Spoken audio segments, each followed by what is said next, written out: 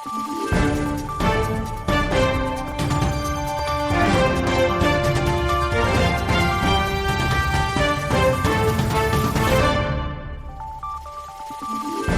adlaw sa tanang mga Pilipino sa tibuok nasod ug sa nagkalain-laing parte sa kalibutan.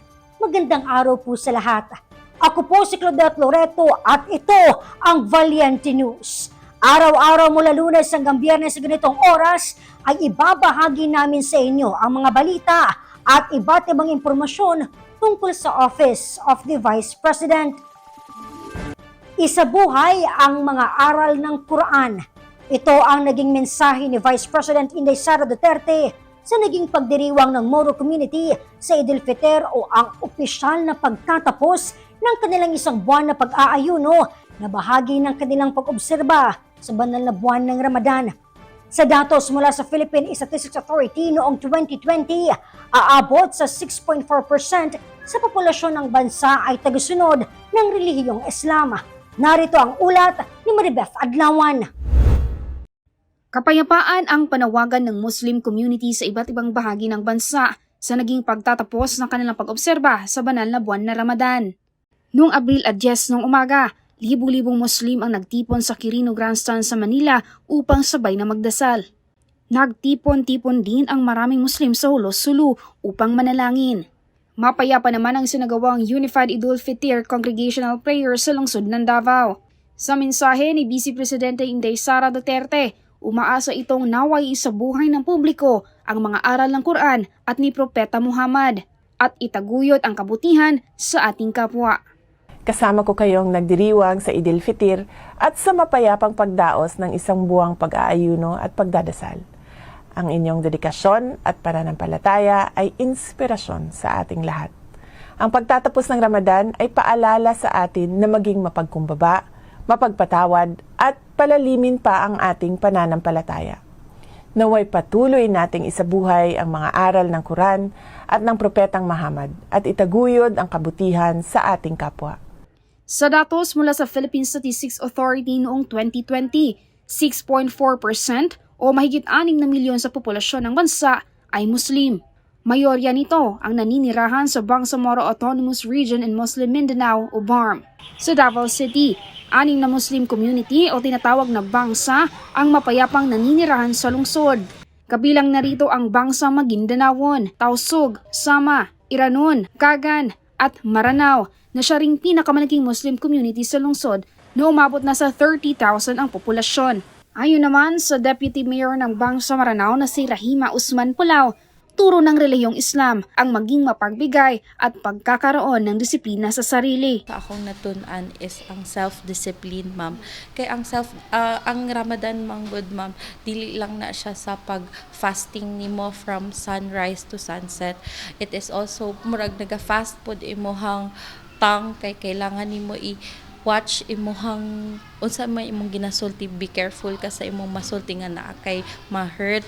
Bilang pakikiisa sa Muslim community sa kanilang naging pagdiriwang ng Eid al-Fitr ngayong taon, muling binisita ni Inday Sara ang Manila Golden Mosque o Cultural Center sa Quiapo, Manila noong ika-8 ng Abril. Namahagi ang kanyang opisina ng Eid al-Fitr food boxes. Sa kanyang naging mensahe, hinikayat nito ang bawat kababaihan na ipaintindi sa kanilang mga anak, pamangkin at apo ang halaga ng edukasyon.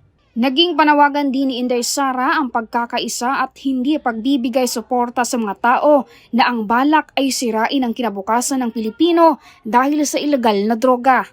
Ipinunto rin nito ang terorismo at insurensiya ang ugat ng kaguluhan sa mga komunidad.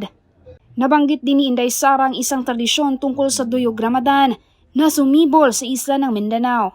Isa itong peace building initiative kung saan mismo ang mga Katolikong simbahan ay naghahandog ng pagkain sa Muslim community matapos ang kanilang pag-aayuno na alinsunod sa kanilang pananampalataya. Dito may papakita natin ang pagkakaisa natin sa ating mga kapatid na Muslim sa pagbibigay ng regalo sa kanila. Dahil ito ding pagbibigay ng regalo ay isang tradisyon ng Eid al-Fitr sa ating mga Muslim community.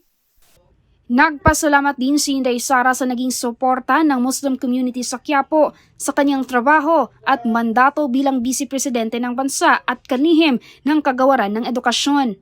Noong 2022, panahon ng kampanya, isang Muslim community sa Quiapo, Manila na mainit na tumanggap kay Inday Sara nung siya'y bumisita sa compound upang humingi ng tulong at suporta sa kanyang kandidatura. Binisita rin ni Inday Sara ngayong Abril ang mga kapatid nating Muslim sa Cagayan de Oro City at Karatig Bayan ng Misamis Oriental, kung saan pinangunahan niya ang pamamahagi ng Eid al-Fitr food boxes. Maliban sa edukasyon, binigyang halaga rin ni Inday Sara ang respeto at pagiging inklusibo.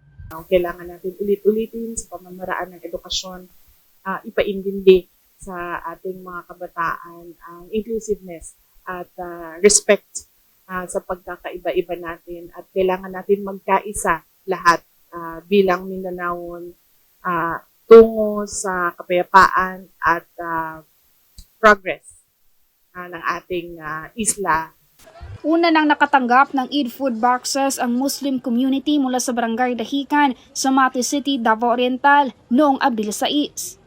Malaking pasasalamat namin actually first of all sa Diyos na may kapal, sa Allah, na ginagamit na instrumento si Ma'am OBP, Ma'am Vice President Sara Duterte, para makapagbigay sa amin ng tulong, at least man lang makakatulong sa amin kahit na hindi naman kunti yung naibigay niya sa amin. Kasi malaking tulong na yun na makakaraos kami sa aming pang-araw-araw na pangangailangan, lalong-lalo na sa aming pagkain.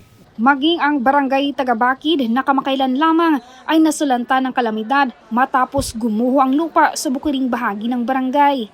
Siyempre sir, pasalamat kami kay bisag layo man naabot yung tabang sa MOA, ilabi na karon naglisod gyud mi kaya nga mong kalsada nasira na hugno. So pasalamat mi at least dakong tabang sa MOA ani nga inabang ni Vice President sa MOA, lalo-lalo na karon kay naglisod gyud mi, nagyud mi sa kalamidad karon.